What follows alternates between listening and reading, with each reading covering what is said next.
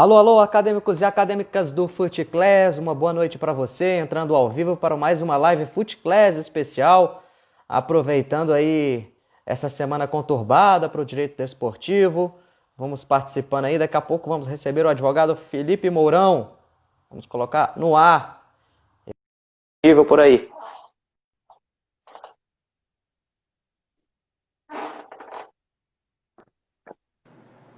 Boa tarde, doutor, Como vai, Caio? Boa tarde, tudo tudo bem? bem? Tudo Cara, eu ótimo. acho que sua câmera tá de cabeça para baixo, vira Pera aí aí, teu celular.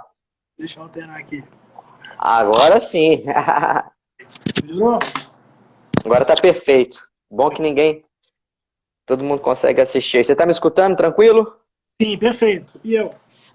Tranquilo. O pessoal que estiver participando aí pode falar também como é que tá as questões técnicas para a gente ajustar. Bom, doutor, obrigado por estar batendo esse papo com a gente aqui. Depois a gente sobe essa live também por YouTube para quem perdeu. Essa semana foi muito movimentada aí no direito desportivo. Semana passada a gente fez uma live parecida, né? Logo depois daquela decisão do TJD, chamamos o Gustavo aqui para entrar ao vivo. Na quinta, com a questão do direito tributário, viemos com a Alessandra Brandão. Então a gente tem tentado aproveitar esse time aí com as notícias acontecendo e poder ofertar esse conteúdo para todo mundo, né? Não só ler pela imprensa, poder entender também os bastidores de cada notícia. Eu acho que é importante. Então, obrigado por estar participando aqui com a gente. Caio, quem agradeço o convite na sua pessoa e estendo o agradecimento também ao Guilherme, ao Davidson. Você sabe que eu sou fã do Foot Class desde o início do projeto. Fico muito feliz de ver o projeto alçando voos maiores, né?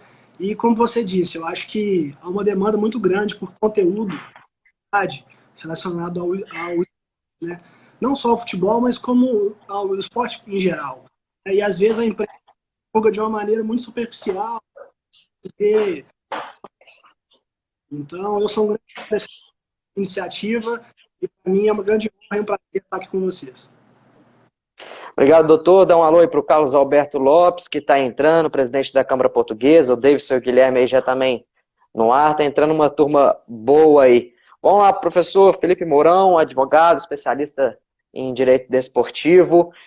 Professor, essa semana começou conturbada com a questão do recurso do Manchester City, né, na Corte Arbitral do Esporte, conseguiu reverter uma punição ainda do ano passado, né, salvo engano, de 2 temporadas sem disputar campeonatos europeus. Depois você pode confirmar isso pra gente. Faz aí um panorama, como é que começou isso, até qual a origem da punição, né? E também o que é o fair play financeiro, né? Acho que é importante a gente entender também qual que é o fator gerador da quebra do fair play financeiro que pode culminar nesse processo no Tribunal Arbitral do Esporte. Claro, vou começar pelo Caio, porque eu acho que é importante a gente entender o que é o fair play financeiro. Né? Muito se fala assim, claro que eu não vou ficar entrando aqui em detalhes técnicos chatos, né, de advogado, de juridiquês, mas para resumir, assim, falando de uma maneira bem simples, o fair play financeiro é da UEFA, né? Ele é previsto nos regulamentos da UEFA, é como se fosse a Conmebol aqui na América do Sul, né? Então é a entidade de administração do desporto a nível continental, lá na Europa, ou seja, organiza as competições europeias, né? Não as competições nacionais, mas competições a nível continental na Europa, e ela dispõe, nos regulamentos dela, do fair play financeiro, que, falando assim, em termos bastante simples, ela determina que os clubes, as despesas dos clubes, elas têm que ser menor do que as receitas. Né? Ou seja, os clubes não podem gastar mais do que eles recebem. E tem uma série de cálculos que eles fazem, de índices, de coeficientes, para medir aí. Claro que não é só a questão de um balanço contábil anual, tem algumas exceções e tudo, mas em resumo, os clubes não podem gastar mais do que eles recebem, justamente para que eles tenham uma saúde financeira, uma viabilidade financeira a longo prazo. Né? O F entende que não é a busca do resultado, a busca do sucesso, a busca da vitória a qualquer custo. Né? É a busca de títulos, né? A busca de vitórias, porém dentro de uma viabilidade financeira. Né? Então, por isso que o fair play financeiro foi instituído pela UEFA. A ideia do fair play financeiro vem desde 2009, porém ela entrou em vigor nas competições europeias a partir da temporada 2012 e 2013. Então, assim, em termos, vamos dizer assim, regulamentares, normativos, é até recente, né? São menos de 10 anos. Porém, em termos práticos, para os clubes se adaptarem, conhecerem a legislação, né, e praticarem as boas normas ali de conduta financeira, não é tão recente assim. Acho que esse é o primeiro panorama aí. E o caso do Manchester City, qual que foi o ponto máximo que culminou primeiro na punição dele? E depois comenta pra gente aqui quais foram os argumentos da defesa que você achou que foi preponderantes para ele conseguir reverter essa punição.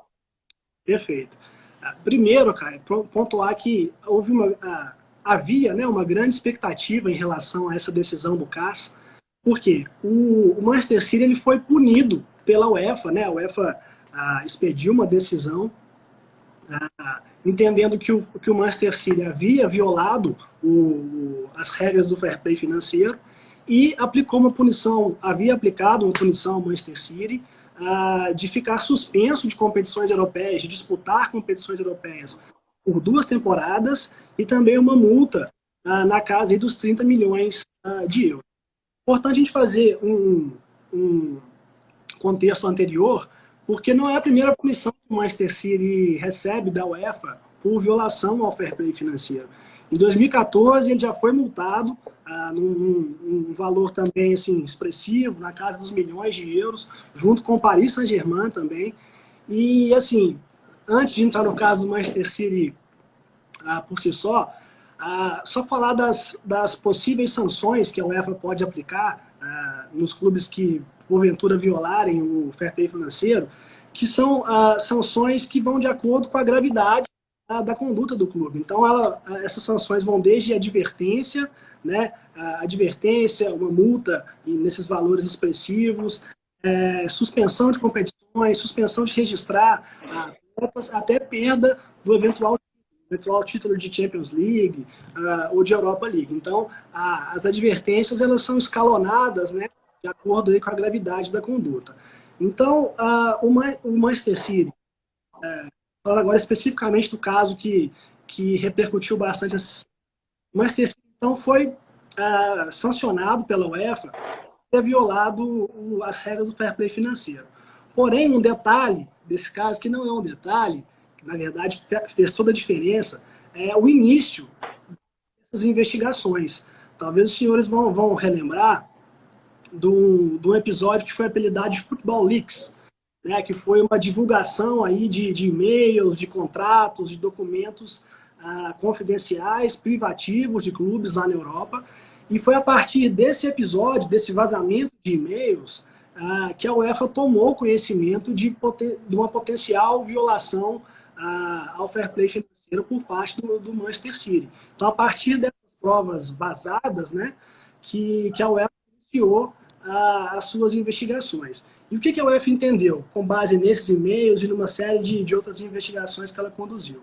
Ela entendeu que o Manchester City havia, como é que a gente pode dizer, inflado ou artificialmente aumentado as suas receitas para poder ter mais despesas. A gente disse no começo da live aqui que o fair play financeiro, de uma maneira bem simples, é o clube não poder gastar mais do que recebe. Então, a UEFA entendeu que o Manchester City havia inflado artificialmente as suas receitas para ele poder ter uma despesa, um gasto bem maior, seja com contratação de atletas, com salários e todas essas questões. Que tipo de despesas, doutor? Só para entender. Caio, todas as despesas operacionais do clube entram nessa questão do fair play financeiro. Pelo seguinte, o resultado, o objetivo, né, do fair play financeiro é que a competição seja o mais justa possível dentro de campo, né? Então, se um clube ele gasta mais do que recebe e outro gasta o seu orçamento, está havendo ali uma disparidade. Por exemplo, vamos supor, uma hipótese aqui, ambos clubes estão disputando o mesmo atleta, vão oferecer um contrato de trabalho para esse atleta. Um clube consegue chegar numa oferta X porque está dentro do seu orçamento. Outro clube vai e decide estourar o orçamento e oferece 3x. E acaba contratando o atleta. Esse atleta joga e faz gol no outro clube e conquista um título, né? Então, assim, o clube acabou conseguindo o resultado dentro de campo, que é legítimo, ok, mas que foi oriundo, né, de um descumprimento lá financeiro. O clube se endividou, o clube não tem dinheiro para arcar com essa despesa em relação a esse atleta, mas obteve sucesso, né, o resultado positivo por causa da contratação desse atleta. Então, assim, envolve todos os tipos de despesas operacionais. Porém, a gente sabe que as mais relevantes para os clubes, né, são as despesas com salários de atletas e transferências de atletas. Essas são as mais relevantes e que os clubes têm a maior intenção de fazer, né? O clube quer ter sempre o maior orçamento possível para poder contratar os melhores jogadores, né? E algo nesse sentido. E quais foram os principais argumentos do Manchester City, na sua opinião, para conseguir reverter essa punição? É interessante, cara, que o CAS divulgou a decisão dele na segunda-feira, né? Porém não divulgou os grounds da decisão. Os grounds são os fundamentos da decisão, né? O que o CAS divulgou é um arquivo PDF de 2 páginas apenas, indicando, né, que havia reformado a decisão da UEFA, que a suspensão do Manchester City havia sido deixada de lado, anulada, e a multa havia sido reduzida de 30 milhões para apenas, né, 10 milhões de euros. O caso não divulgou os fundamentos, nem como ele pesou as provas aí do caso concreto. Ele apenas indicou o seguinte, que as provas apresentadas pela UEFA, elas não eram, elas foram inconclusivas e muitas delas estariam prescritas. Isso o caso indicou no release que eles soltaram na segunda-feira. É importante frisar que se uma multa a multa foi reduzida, né, mas uma multa foi aplicada ao Manchester City. Se a multa foi aplicada, quer dizer que o caso entendeu que o Manchester City violou o fair play e tanto é que apenou com a sanção aí de 10 milhões de euros. Porém, o caso não entendeu que o caso entendeu que aquela sanção aplicada pelos tribunais da UEFA havia sido desproporcional, né, havia sido muito excessiva, muito grave em relação ao conjunto probatório dos autos, mais ou menos nesse sentido. E uma questão que, como eu disse, a gente não tem acesso aos fundamentos, mas a gente já pode começar a refletir. Vislumbrar, né? Exato. Porque, como eu disse, a investigação começou no episódio do Football Leaks, né? Então a gente pode tentar começar a vislumbrar até que ponto esse tipo de prova é admissível para o CAS. Eu acho que o julgamento vai passar um pouco por aí, né? Será que essas provas são admissíveis? Até que ponto são? Até que ponto não são? E a questão da prescrição é que a UEFA sancionou o Manchester City por brechas, né? Por violações ao fair play financeiro desde a temporada 2012. E o CAS, pelo que o CAS apontou, né, ele entendeu que algumas sanções ali, embora possam ou não estar comprovadas nesse conjunto probatório, que não havia mais como, né, punir o Manchester City em razão da prescrição, da utilidade dessas provas. Então, acho que o julgamento do CAS, o cerne dele, né, passou muito mais para essa questão da avaliação das provas, né, até que ponto elas são admissíveis ou não, a questão da prescrição. Por quê? O fato que o Manchester City violou o fair play financeiro está bastante claro, tanto é que ele continuou sancionado. Inclusive o CAS, nesse release, ele determina, né, ele indica, inclusive, que o Manchester City, que a conduta mais gravosa que o CAS entendeu que o Manchester City teve nesse caso, foi de obstruir as investigações da UEFA e de atrapalhar, de não colaborar com as investigações da UEFA. Isso para o CAS ficou bastante claro. Isso indefensável no ponto de vista do CAS. Agora, do ponto de vista das outras provas, talvez dos e-mails aí do Football Leaks, que a UEFA se baseou, é que o CAS entendeu que não poderia acarretar uma punição ou acarretar uma punição tão grave quanto a sanção aí de 2 temporadas sem disputar competições europeias e a multa de 30 milhões. Mais ou menos nesse... Sobre esse elemento probatório, como é que funciona? Porque talvez o caso ele não pode quebrar um sigilo de meio de comunicação, telefônico, financeiro, bancário. Ele tem que acionar uma justiça comum, talvez, da Inglaterra. Como é que funciona esse colhimento de provas aí nesse caso? Assim, para pontuar, Caio, o CAS, ele foi a segunda instância, né, nesse caso. Sim, Ele teve que analisar o conjunto que a UEFA e o Manchester City já haviam inserido no procedimento perante a UEFA. No próprio caso ali, como órgão revisor, né, ele não teve esse poder aí, nesse caso o Manchester City específico, ele não tinha como realmente diligenciar nesse sentido. Eu acho que isso deveria ter partido muito mais dos órgãos disciplinares da UEFA, né, de procurar ali os melhores meios possíveis para fundamentar uma possível decisão. Eu tenho certeza que a UEFA, enquanto entidade de administração do desporto na Europa, ela tem vários meios à disposição dela para ter acesso em algumas questões. Né? Então, eu não tenho acesso aos autos, mas ela deve ter feito tudo que estava ao seu alcance. Agora, a grande questão é que esses e-mails confidenciais, né, privativos. Porque o que a UEFA alega é que os proprietários do Manchester City, por meio de acordos publicitários, de patrocinadores falsos, né, eles injetaram uma quantia no clube, formalizando como se fosse patrocínio ou publicidade, que na verdade não era. Na verdade era o proprietário do Manchester City, que é o Abu Dhabi Group, né? A gente sabe que foi famosa a aquisição aí, né? Foi uma forma deles injetarem um capital para salvar as contas do clube, porém formalizado, maquiado ali como se fosse acordo publicitário, acordo de patrocinador, que são controlados por esse mesmo grupo, né? Então a coisa fica meio realmente ali um pouco bagunçada. Mas eram arquivos, documentos, e-mails privados, confidenciais, né? Então a UEFA, talvez pelos meios que estão ao alcance dela, não conseguiria chegar, talvez, nessas informações.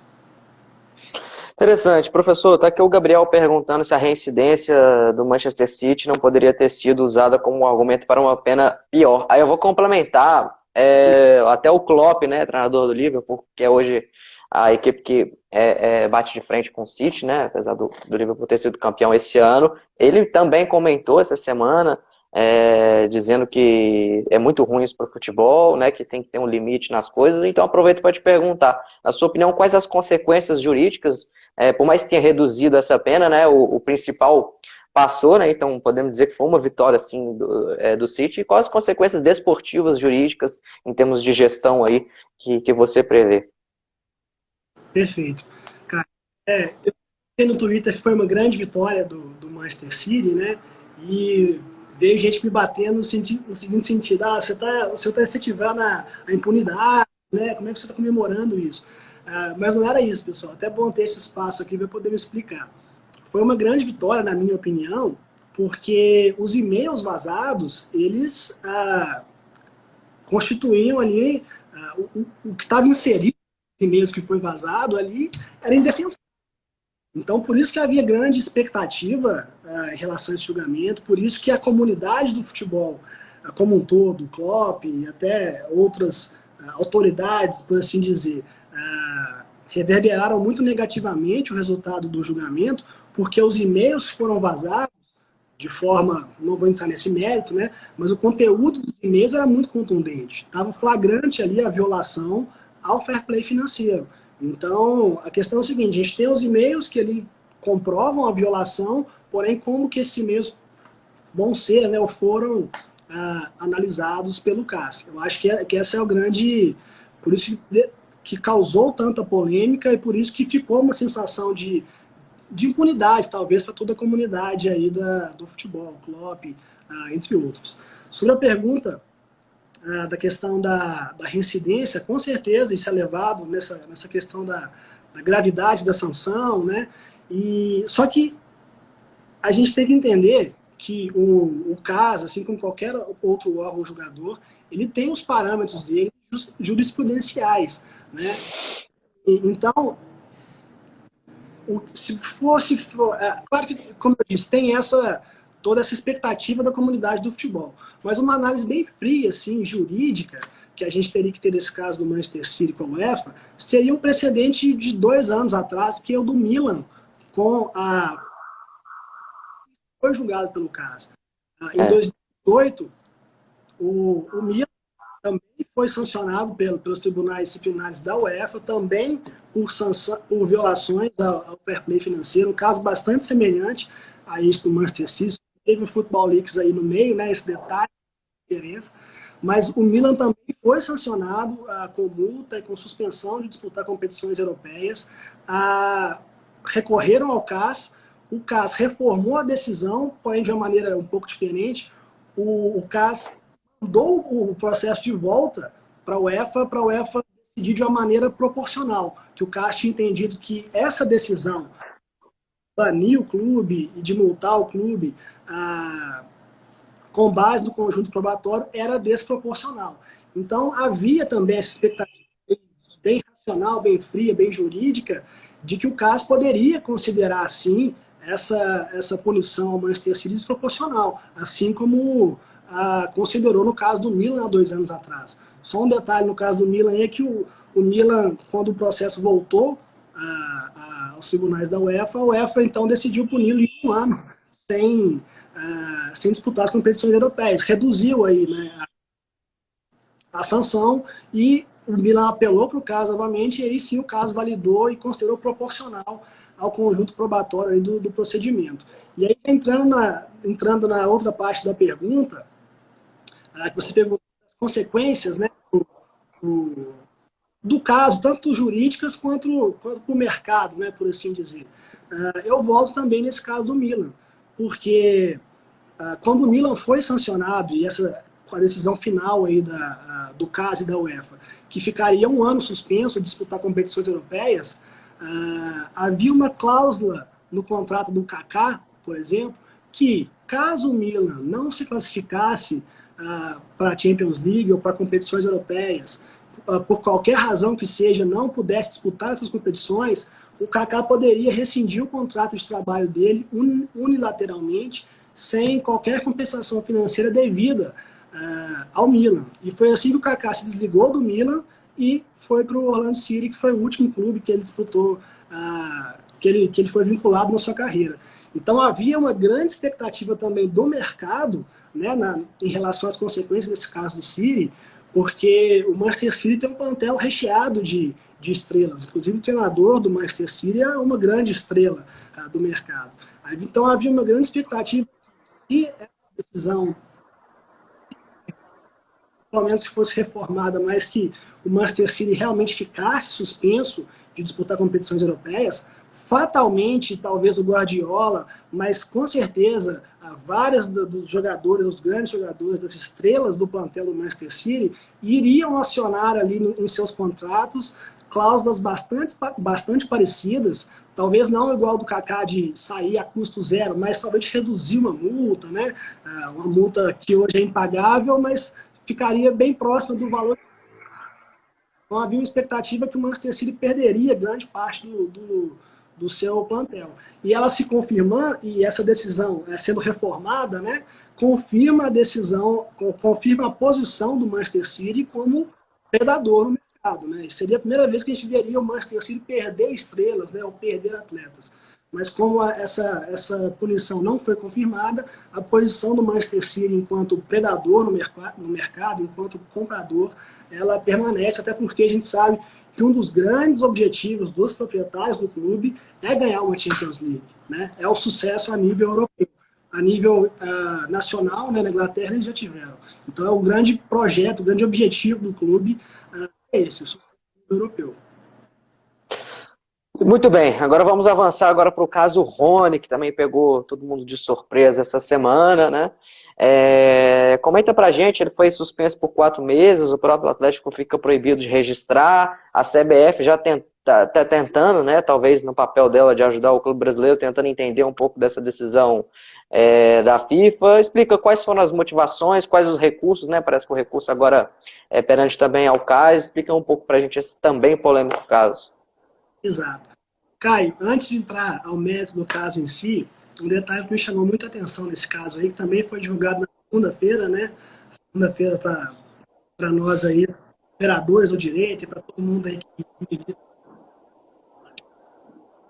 Inclusive está sendo assim na quarentena, né? Acho que para todos os operadores do direito aí, com toda essa insegurança jurídica pairando para todos os lados. Né? Está todo mundo de home office, todo mundo quietinho, todo mundo quebrando a cabeça aí com essas situações que estão surgindo. Né? Então, para a gente tem sido um período bastante agitado. Foi bastante agitada, logo de manhã a decisão do CAS, e logo depois foi divulgada essa sanção envolvendo o Rony e o Atlético Paranaense. Um detalhe que eu queria dizer antes de entrar ao mérito é que, embora esse litígio envolva um clube japonês, que é o Albirex Niigata, um atleta brasileiro, cara, inclusive o Cruzeiro brasileiro, o Cruzeiro como interveniente, né, como terceiro interessado, por assim dizer, todos os advogados envolvidos, todas as bancas, os escritórios envolvidos nesse caso são brasileiros. O japonês foi representado por advogados brasileiros também nesse litígio. Então, acho que em todos os encontros, aulas, palestras, assim, direito esportivo, eu acho que é uma tônica o pessoal comentar sobre o quão restrito é o mercado, o tanto que é difícil de entrar, etc. E realmente eu não discordo, realmente é um mercado restrito e pequeno pelo próprio formato, né? São poucos clubes de elite, etc. Porém, se você analisar essa mesma questão da restrição do mercado por um aspecto positivo, uma vez que você conseguir mostrar seu valor, conseguir mostrar sua competência, realmente você está inserido ali e pode ter uma abrangência a nível mundial, como a gente está vendo aí. Eu acho que em poucos ramos da advocacia, um advogado ou um escritório brasileiro consegue captar um cliente no Japão, né, numa causa bastante relevante como foi essa, né? Então, uma das peculiaridades desse caso aí, todas as partes representadas por escritórios brasileiros. Mas vamos lá ao caso. Claro que eu não vou entrar em detalhes aqui, até porque eu não sei detalhes assim, da fundamentação da decisão, né? A FIFA comunicou a decisão aos clubes, né? E ela eventualmente pode divulgar os grounds, né, os fundamentos da decisão, porém não se sabe se ela vai divulgar com os nomes das partes, né, e algo nesse sentido. Mas vamos tentar fazer uma reflexão aqui do que a gente sabe do caso e de maneira geral, né? Os fatos do caso, então, eu acho que isso foi divulgado no geral, então não tem problema a gente comentar. O Rony, ele era vinculado ao Cruzeiro, clube brasileiro aqui, que acertou a negociação dele, a transferência dele para o clube japonês, o Albirex Niigata. E aí é interessante que até podemos fazer uma analogia com a questão do Manchester City também, do fair play financeiro. Porque no contrato entre Cruzeiro e o Albirex Niigata, as partes estabeleceram que o atleta seria emprestar, que a operação ela teria o prazo de 3 anos, a contratação do atleta, mas na primeira temporada ele seria emprestado e nas outras 2 que aí sim seria transferido de maneira definitiva. Né? Então, o famoso empréstimo com opção de compra, algo parecido com isso, que hoje está tão em voga, né, no mercado, justamente para cumprir as regras do fair play financeiro. Né? Às vezes o clube, para não estourar o orçamento de um ano, de uma temporada, né, ele formaliza operações nesse sentido. Primeiro é o empréstimo do atleta para depois a compra definitiva, porque aí o valor que ele vai despender entra no outro. Ele consegue equilibrar as receitas e despesas nesse sentido. Eu não sei se há um fair play financeiro no Japão ou algo nesse sentido, porém a operação Rony, Cruzeiro, Albirex Niigata foi formatada dessa maneira, né, o que pode indicar algo mais ou menos nesse sentido. Mas fato é, então, que foi acertado dessa maneira. No primeiro ano, o atleta seria emprestado, né, uma transferência temporária do Cruzeiro para o clube japonês. E nos outros 2 anos, aí sim, seria formalizada uma transferência definitiva. E o clube japonês pagou ao Cruzeiro uma compensação financeira de $1.200.000 por essa. Perfeito. Formalizaram toda a documentação, o atleta assinou tudo, estava ciente de toda a negociação, tem a assinatura dele em todos os documentos, no acordo de transferência, tem a assinatura dele no contrato de trabalho, no pré-contrato lá com o clube japonês. Primeiro ano, então, 2017, o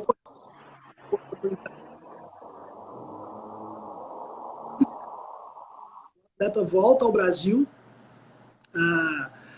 final da temporada 2017, começo da temporada 2018, e ele não retorna para o Japão. ele não retorna para o Japão e ele e o staff dele entendem que ele cumpriu o empréstimo dele com o clube japonês e ele não teria necessariamente que cumprir a questão da transferência definitiva.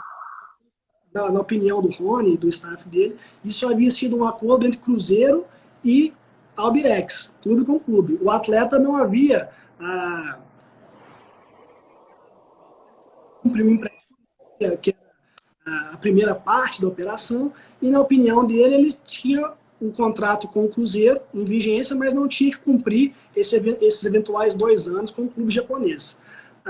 O Cruzeiro até começou uma negociação dele com o Botafogo, né? Não sei se os senhores vão lembrar, envolvendo outros atletas, mas depois o Cruzeiro brecou a situação e acabou que o contrato do Rony com o Cruzeiro expirou pelo decurso de tempo mesmo, né? E o atleta ficou livre, pelo menos do contrato de trabalho dele com o Cruzeiro, ele ficou livre, ele entendia que estava livre, né? Ele e seus assessores nesse sentido. E aí, em julho de 2018, ele firma um contrato de trabalho com o Clube Atlético Paranaense.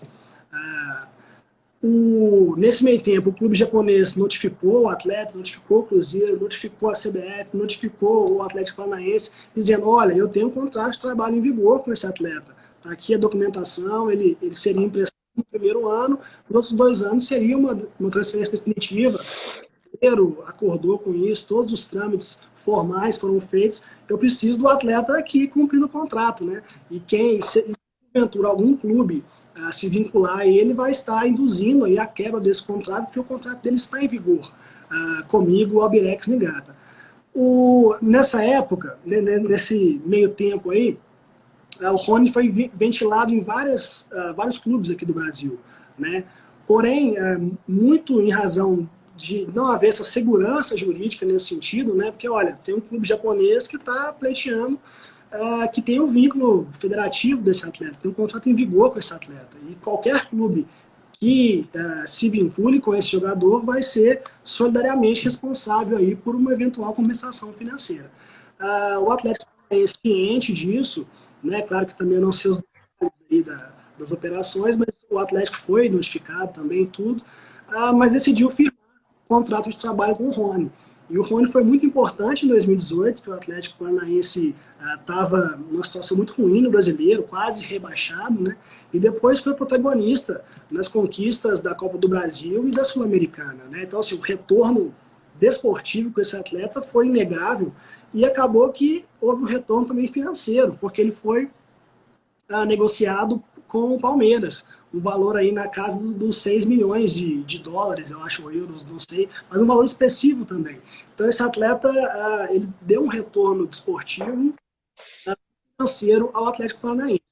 Nesse meio tempo, o Albirex Niigata, então, acionou a jurisdição da FIFA, né, alegando que o atleta quebrou o contrato sem justa causa, né, uma rescisão unilateral sem justa causa, o empregador, né, desse necessariamente responsável. E o fundamento, né, dessa causa aí do Albirex é o artigo 17 da FIFA, que é justamente do RSTP e dispõe sobre as consequências. Então, caso um contrato seja rescindido unilateralmente por uma das partes, né? Quais são as consequências, como vão ser calculadas essas consequências e todos os trâmites relativos ao caso. Então, assim, todo esse caso do Rony, que a gente está comentando aqui, tudo que a FIFA se baseou são os incisos ali do artigo 17 do RSTP. Quem tiver curiosidade aí, tá tudo lá. Agora, doutor, eu estava vendo recentemente, essa semana, um artigo do Pedro Henriques, né, que foi diretor do Bahia, vai ter junto com você, vai ser um dos colunistas do site aí do Footclass. E ele estava fazendo um texto mais sobre o ponto de vista de gestão, né, até que ponto que valia a pena a orientação do departamento jurídico. Me parece que os outros clubes que tentaram contratar ele, a orientação do departamento jurídico foi de não contratar, né? Mas é isso que você falou, né? É fácil ser engenheiro de obra pronta, né? Foi campeão do Sul-Americano, campeão da Copa do Brasil. Tem que ver se vale a pena o resultado desportivo pelo risco que o Atlético corre agora. Aí a pergunta é que eu te faço é exatamente essa. Você acha que nesse tipo de situação vale mais a pena escutar o jurídico? Vale também fazer uma questão interdisciplinar ali entre todos os departamentos, os retornos que pode dar? Como é que você avalia esse ponto talvez mais de gestão aí na hora de contratar um jogador que está com esse risco jurídico? Essa pessoa é muito importante, inclusive é palco de discussões, né? Porque, por exemplo, no âmbito do direito empresarial, quando uma empresa vai fazer uma incorporação com a outra, ou um tipo de sociedade, eles fazem a chamada due diligence, né? Que é justamente saber a situação da outra empresa que está se vinculando, ou que está adquirindo, né? Ou está se fundindo. Também, quando você vai adquirir um imóvel, né? Você faz uma diligência prévia ali no Um cartório. carro, IPVA? Exato, exato. Então, assim, qualquer operação financeira, ainda mais cada vez envolvendo valores maiores, né? Você tem que tomar um cuidado maior antes de entrar nessa operação.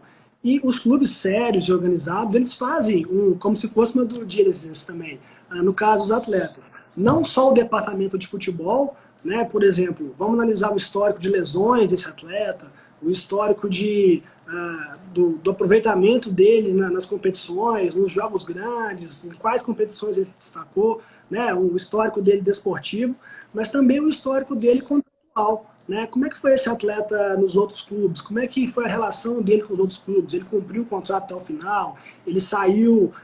Ele rescindiu? Ele descumpriu alguma coisa? Acho que caso bastante notório aí, que não é segredo para ninguém, a postura contratual, por exemplo, do Neymar, né? O nosso querido Neymar dos Santos Júnior.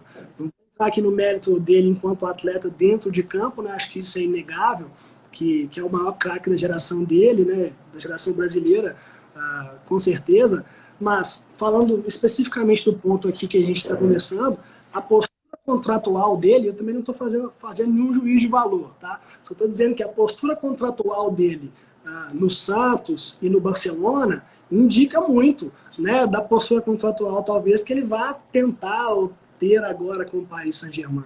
Né? Então, acho que isso faz parte, claro, de toda essa diligência que um clube É um sério... staff que está disponível a operações de risco, né? Podemos dizer Exa assim.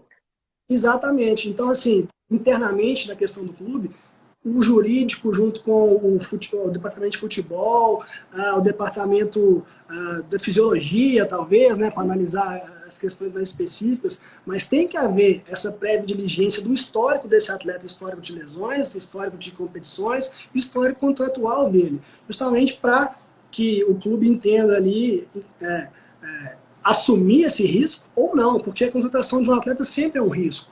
Né? Você não sabe qual vai ser o retorno dele esportivo. Né? Então, tem um certo risco sempre envolvido. Né? Esse risco jurídico, vários clubes então brasileiros, em relação especificamente ao Rony, decidiram não correr. Né? Claro que essa ação, por exemplo, do Albirex Tigata poderia não ter resultado em nada, como ela pode ser revertida ainda. Porém, a questão é justamente essa: assumir o risco ou não, ou até que ponto eu estou disposto a assumir esse risco. E não só o caso do Rony, né? Acho que vários outros casos são parecidos com esse, casos domésticos aqui, onde um atleta obtém uma liminar, né, na Justiça do Trabalho, ou talvez na CNRD, né, uma liminar, então ele está ali liminarmente livre para poder se transferir ou se vincular a outro clube, porém, o terceiro clube, né, o novo clube desse atleta, que entrar em contrato de trabalho com ele, vai ser solidariamente responsável numa eventual compensação financeira devida ao interior. Então, até que ponto? Acho que isso parte muito do potencial do atleta, né? Se for realmente um fora da curva, clubes diversos vão assumir riscos diversos, né? Talvez se o potencial dele não for lá essas coisas, clubes não vão assumir.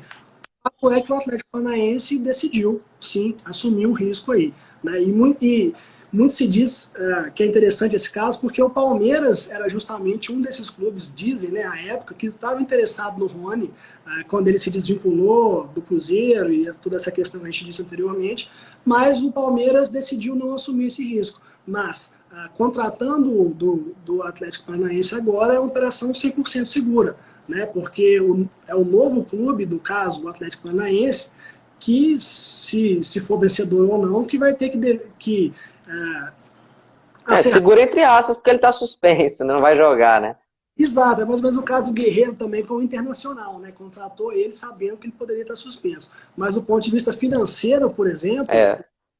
nada vai atingir o Palmeiras nesse sentido, porque o negócio, a operação do Palmeiras foi com o Atlético Paranaense, ela foi plenamente válida ali, plenamente, ela fechou, né? Uma compensação financeira paga ao Atlético Paranaense por rescindir o contrato do Atlético Paranaense com o Rony antecipadamente para que ele se vinculasse ao Palmeiras. Perfeito aí. A questão que o Rony carregava era se o desvínculo dele do Albirex Niigata era válido, era legal ou não. E é isso que a FIFA julgou agora e puniu. Interessante. Então, bola para frente. Vamos falar agora sobre talvez o. Falar, Um pouquinho que eu não posso deixar de falar nesse caso do Rony, um claro. detalhe que é muito importante e que foi o que acarretou essas punições desportivas, tanto para o atleta quanto para o Atlético Paranaense. Uma o clube japonês cobrava 10 milhões de dólares, que era o valor da multa estabelecida no contrato, porém a FIFA entendeu ser desproporcional esse valor, baseado nos salários ali do atleta, baseado no valor do contrato, né? Reduziu a multa devida pelo Rony e pelo Atlético na casa aí de 1 milhão e 400 alguma coisa de dólares, né? Então reduziu porque entendeu desproporcional. Aqui no Brasil a gente não tem isso porque aqui a cláusula indenizatória, compensatória esportivas, elas são fixadas, né? É aquele valor e pronto, a nível nacional. Então, o valor da compensação financeira devida pelo Rony e pelo Atlético Paranaense, solidariamente, é esse de 1 milhão 400 e alguma coisa para o Albirex Niigata. Ok, esse é o valor da compensação financeira devida ao clube japonês pelo atleta ter rescindido o contrato sem justa causa e pelo Atlético Paranaense ter induzido o atleta, né, reforçado, né, o atleta, ou reforçado a intenção do atleta a romper esse vínculo. Porém, as sanções esportivas, elas são graves nesse caso, né, o atleta 4 meses sem poder atuar em e o clube dois períodos de registro, 2 janelas sem poder registrar novos atletas, porque essa quebra desse contrato com o clube japonês foi feita dentro do período protegido, que também está no artigo 17 do RSTP, que te diz o seguinte, olha, os 3 primeiros anos do contrato, quando o atleta tem menos de 28 anos, e os 2 primeiros, quando o atleta tem mais de 28 anos, para a FIFA são um período protegido, ou seja, uma eventual quebra de contrato, uma eventual rescisão unilateral dentro desse período, as sanções vão ser muito mais graves do que fora desse período. Então, como no caso do Rony aí, eram 3 anos, né, e essa rescisão lateral foi no 2º ano, foi dentro do período protegido desse contrato. Por isso, além da compensação financeira, né, da multa, que o Rony e o Atlético Paranaense têm que pagar para os japoneses, eles sofreram também punições desportivas, sanções desportivas. Então, o atleta 4 meses sem atuar em partidas oficiais, é a sanção mínima, a pena mínima nesse caso, e o clube 2 períodos sem poder registrar. E só ressaltando, são 2 períodos de registro, 2 janelas, não são 2 anos, né? São 2 períodos de transferência. Então, por exemplo, se a gente estivesse vendo a situação normal, sem Covid, seria a janela de verão e a janela de inverno, né, por assim dizer. Não podia deixar de... Não, explicação pontual importante aí. Vamos lá, doutor, vamos passar agora. A gente tem mais 12 a 15 minutinhos. Vamos passar agora para o caso do Tribunal de Justiça Desportivo do Rio, que eu acho que é o tribunal que mais está dando pano para manga aí no Brasil inteiro, né? Recentemente anulou o rebaixamento e determinou que o Campeonato Carioca tenha 18 clubes em 2021, né? Com o embasamento disso dentro do CBJD, claro que tem um lado dos clubes menores, principalmente, tem muita dificuldade, e se isso pode repercutir também em decisões parecidas nos outros estados, né? Até em Minas Gerais, né? Já teve vários pedidos de clubes de saírem do campeonato sem serem rebaixados. Como é que você analisa isso? O TJD, na verdade, o campeonato carioca, né, movimentou bastante aí questões jurídicas e etc. Né, quarentena. Mas assim, cara, eu acho importante pontuar que a Covid ela afetou regiões do Brasil de maneira diferente, ela afetou estados de maneira diferente, ela afeta campeonatos de maneira diferente e ela afeta clubes de maneira diferente. Né? Não, o efeito da Covid no Flamengo é diferente do efeito da Covid num clube pequeno, carioca. O efeito no Atlético, no América, é um efeito diferente nos clubes do interior aqui do estado, por exemplo, né? Então, são muito delicadas essas situações. Eu não acho que uma opinião, assim, né? Não acho que uma decisão do TJD do Rio, ela vai de alguma forma vincular, por exemplo, o TJD de Minas, nem o contrário, justamente porque ambos os tribunais estão lidando com competições diferentes, com clubes diferentes, com situações diferentes. Né? E isso envolve não só a questão esportiva, né? Mas sim a questão governamental, saúde, né? Saúde tanto da população em geral quanto saúde dos atletas, né? E do staff, etc. Então são questões bastante peculiares. Eu acho que cada tribunal tem que decidir ali, caso a caso, o que está regulando. Agora, opinião bem própria, assim, Caio, baseada também no CBJD, que consagra o princípio pro competizione entre os seus princípios norteadores, lá no artigo 2º, né? E eu tento sempre analisar e refletir todas as questões de competições esportivas com fulcro nesse artigo, né? Que é o pro competizione, ele determina justamente que a estabilidade das competições, a continuidade das competições, a prevalência das competições tem que ser protegida ali pelo legislador, né? Então, assim, claro que o CBJD, assim como qualquer regulamento de qualquer competição a nível mundial, não previu uma situação tão drástica e tão pontual como a Covid, né? Então, todos os operadores estão tendo que se virar aí para tentar conciliar todos esses interesses. Né? Clubes grandes têm orçamento, têm que cumprir contratos de televisão, têm orçamento para adotar medidas sanitárias ali, testes, né? e maneiras de prevenção, e querem continuar a competição, querem que a competição termine em campo. Clubes pequenos, contratos já se expiraram há muito tempo, porque eram por prazo de 3 meses, talvez, competição, estão talvez inseridos em centros de treinamento. Não funções de fazer teste, de receber atletas de treinamento. Então, assim, é uma situação muito delicada. Então, acho que cada tribunal está tendo um trabalho muito, muito difícil de pontuar todos esses interesses que extrapolam a esfera desportiva, né? É uma pandemia mundial e a questão principal é saúde. Eu sei que tem questões econômicas envolvidas, questões esportivas, claro, mas o principal é saúde, né? E eu acho que até os governos estaduais e municipais, por exemplo, ainda não estão de acordo, né, com o que deve ser feito. Então, realmente bastante delicado. Mas se tem um norte, na minha opinião, é o princípio pro competizione. De alguma forma, claro que da maneira mais segura possível, e segura eu falo sanitariamente e juridicamente, as competições, os envolvidos, né, os grupos de interesse envolvidos nas competições, têm que tentar, na minha opinião, que elas voltem e que sejam decididas dentro de campo, ali, que é o que é o fim, né, o objetivo final da competição, é isso. Certo. Professor, vamos seguir ainda sobre desdobramentos do campeonato estadual, né? Alguns clubes cogitando entrar na justiça comum, alegando pontos do Estatuto do Torcedor, né? Estatuto do Torcedor é uma lei federal, então a competência é realmente da justiça comum, não cabe à justiça desportiva. Mas eu te pergunto, alguns clubes têm confundido, na sua opinião, mudança de tabela com alteração de regulamento? Vamos lá.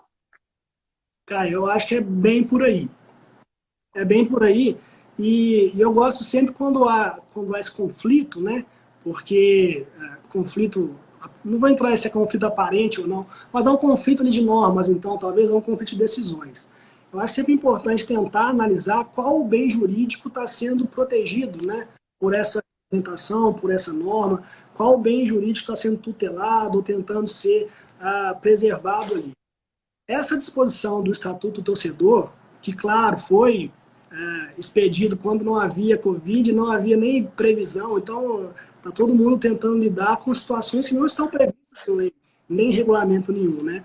Mas o bem jurídico que essa disposição do Estatuto do Torcedor veio a proteger é justamente a integridade da competição, né? E a transparência, o respeito em relação ao torcedor, que é o, vamos dizer assim, o consumidor, né, dessa competição. Assim, para o regulamento da competição não mudar de uma semana para outra, de um mês para outro, para justamente ter uma segurança ali, né, de como que essa competição vai se desenrolar do início ao fim, né? Então, bem na visão do legislador do Estatuto do Torcedor é esse, olha, os clubes, os organizadores de uma competição têm que entregar uma competição íntegra, né, transparente e desenvolvendo com critérios ali pré-estabelecidos para que esse torcedor possa receber esse produto da melhor maneira possível. Então, as decisões agora das federações, né, que, como a gente está conversando aqui, estão tentando se virar para ver como que conseguem continuar as competições, qual que é o objetivo, o fim maior que eles querem? Eles querem justamente entregar a competição para o torcedor. Eles querem justamente desenvolver essa competição da maneira melhor possível dentro das conjecturas atuais. Eu acho que o bem jurídico aí é o mesmo, né? Então, não tem como dizer que um vai de encontro ao outro. As situações das federações estaduais, em relação aos estaduais, por exemplo, e da CBF em relação ao brasileiro, é justamente tentar adaptar os regulamentos, que não previam nada disso, à situação atual. E assim, Caio, a grande maioria dos regulamentos de competições que eu tenho acesso, seja os regulamentos gerais ou específicos, eles estabelecem lá que situações que não estão previstas no regulamento, quem tem competência para decidir sobre o assunto são justamente as diretorias de competições, né? Justamente porque não dá também para você prever tudo, né? Nem o regulamento mais perfeito do mundo prevê todas as hipóteses possíveis dentro do seu regulamento. Então, assim, tirando o assunto Covid, mas várias situações que acontecem durante uma competição e não tem, às vezes, uma previsão no regulamento, a competência é da diretoria de competições daquela federação de dirimir o conflito, de decidir, de tomar alguma diretriz, né? Não vejo conflito, sinceramente, não vejo. Até porque, se a gente for analisar só a letra fria da lei, como é que a gente faz? Não havia Covid, nem tempo, não podemos mudar, então, datas, né, e formatos e critérios. Acho que fica impraticável. Verdade, professor. Muito interessante para a gente tem mais 3, 4 minutinhos aí. Última perguntinha, tinha alguns outros assuntos, mas são um pouco mais extensos, não vai dar tempo da gente discutir. Os atletas têm preocupado com relação ao MP 984, com relação ao direito de arena ao time visitante, né? Salvo engano, até o sindicato já manifestou como é que seria sido pago isso, como é que vai ser, até porque você pode confirmar para a gente, parece que a MP também alterou aquela triangulação que tinha, né, de passar para o sindicato, para passar para os atletas, enfim, como que vai ficar a situação do direito de arena para o time visitante? Exato. Assim, Caio, é muito prematuro, nesse momento aqui, fazer te responder isso aí de uma forma concreta. Justamente porque é uma MP, né, uma medida provisória que por si só tem um caráter ali temporário, né, a princípio. Nem vou entrar no mérito se era a maneira correta de regular o legislativo da MP. Estou dizendo o que é, né? Por quê? A MP, de fato, ela veio e ela mudou a redação do artigo 42 da Lei Pelé, que ele prescrevia o seguinte antes. O pagamento de arena vai ser através do sindicato, ou seja, a entidade que acerta lá a questão questões televisivas, né? Repassa o percentual ao sindicato e os atletas, então, recebem do sindicato, a triangulação que você disse, né? Recebiam, né, do sindicato esse valor. Veio a MP e cortou isso, mudou a redação. Então, a redação hoje do artigo 42 não há mais o repasse pelo sindicato, é feito direto, né, pelo clube, então, mandante, aos atletas. E isso, e disso surge uma série de questionamentos e inseguranças jurídicas, né? A primeira é que a gente não sabe como vai ser o texto final dessa MP, porque a gente sabe que ela já recebeu 91 emendas, né, se não me engano. Então, o resultado final dela, se realmente ela for convertida em lei, né, a gente nem sabe como é que vai ser, né, mas uma série de dúvidas já surgiram, né, porque o entendimento TST é pacífico no sentido que a remuneração, o direito de arena tem natureza remuneratória, né, a MP vem falar que é de natureza civil, né, e agora como é o mandante que distribui o direito de arena, como é que a gente pensa em relação ao visitante? Porque o mandante não tem relação de trabalho com o visitante, né? E seria como se fosse gorjeta, lá da CLT, ou para o visitante é a natureza civil, mas para o atleta do mandante a natureza é remuneratória, é trabalhista. Então, assim, uma série de dúvidas aí, eu realmente não consigo pontuar nada, seria muito prematuro aqui a gente pontuar concretamente como vai ser isso, né? Eu acho que o que a gente pode falar agora é que tem a MP 984, além de tudo, ainda trouxe nesse ponto uma segurança jurídica enorme, uma confusão das naturezas jurídicas ali do Instituto enorme, que não contribuiu em nada, já não era tão tranquilo antes, né? Agora ficou mais confuso ainda, mas a gente tem que aguardar como vai ser a redação final, né, desse artigo 42, se realmente vai ser dessa forma, se vai ter algum veto, para a gente aí poder realmente estudar bastante e refletir como vai ser na prática essa situação do direito de arena, que é muito importante para os atletas, né? Acaba que os mais prejudicados nisso tudo aí, nesse caso aí do direito de arena, são os atletas profissionais. Como diria o nosso já entrevistado Adilson Batista aqui, vamos aguardar, né? Professor, muito obrigado, só tenho que te agradecer, dizer para o pessoal que está nos assistindo, ó, em breve no nosso site, puticlass.com.br, estamos fechando quase 30 colunistas, vai ter médico, preparador físico, advogado, gestor, atleta, treinador, analista de desempenho, uma equipe multidisciplinar, escrevendo uma coluna por mês, cada um para vocês, então aproveita aí que o Dr. Felipe Mourão também vai ser um dos nossos colaboradores, então muito obrigado aí por tudo, doutor.